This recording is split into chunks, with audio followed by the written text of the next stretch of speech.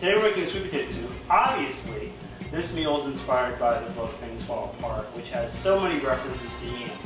Now I know there are people that would listen to this and they would say that a yam is not a sweet potato.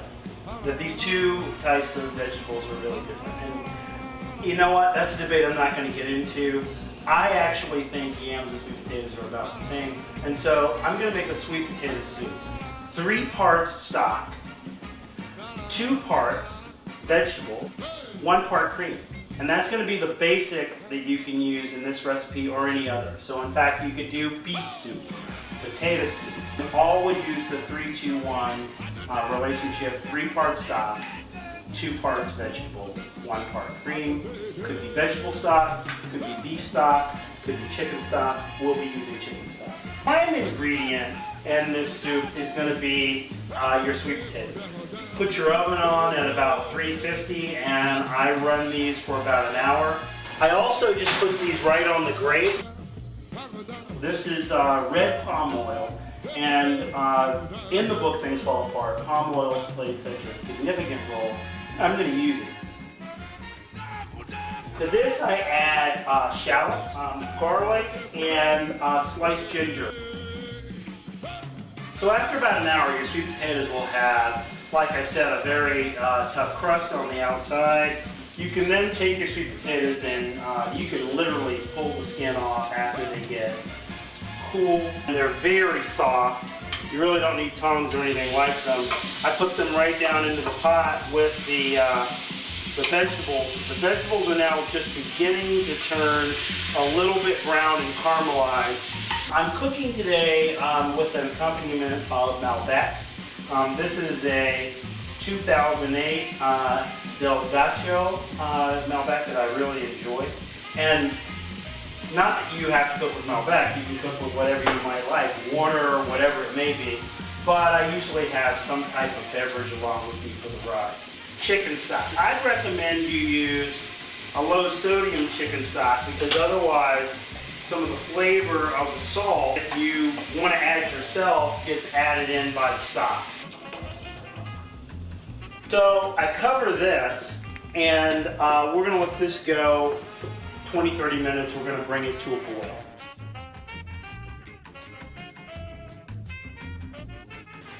Okay, so this is now boiling.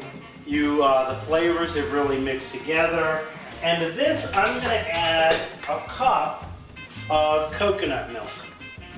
This is the unsweetened coconut milk, and in fact, I'm using light coconut milk to try to cut a few of the calories.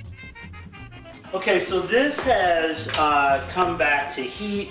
Stir it one more time, and then you want to let this cool.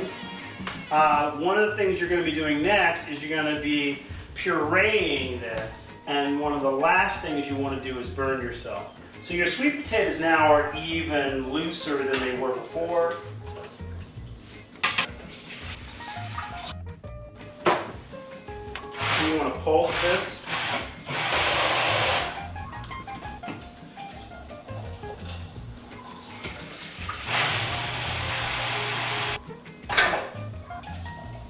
You want to add in some curry paste for this. I like it.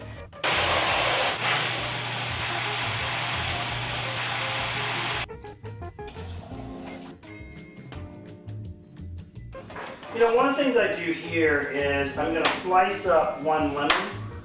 Now, this lemon is truly going to be used for flavoring, as you're going to see in a minute. I've just put hot water onto the stove. You need about 4 cups of hot water. And we're really going to almost make just some lemon water here. This, I'm going to add about 3/4 of a pound of shrimp. Now, I want you to note here what I've done. I've taken the shrimp and I've butterflied it, and this is really just a visual effect.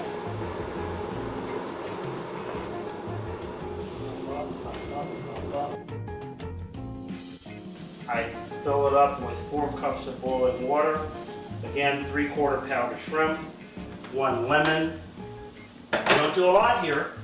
In fact, and you essentially do nothing else. The water meeting the cold shrimp, that'll actually cook on its own. 3, 4, 5 minutes.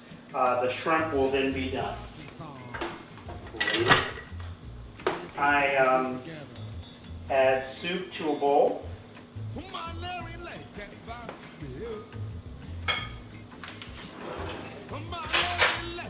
I grab one of the shrimp, and you can see here they sort of fanned out.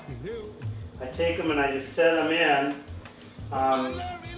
with the fan sort of sticking out. You can be creative visually if that's something you really want to do. Just again for visual appeal, I just add a little bit of coconut milk drizzled around in a circle.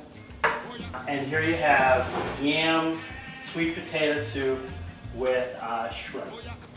Thank you very much. I hope you enjoy.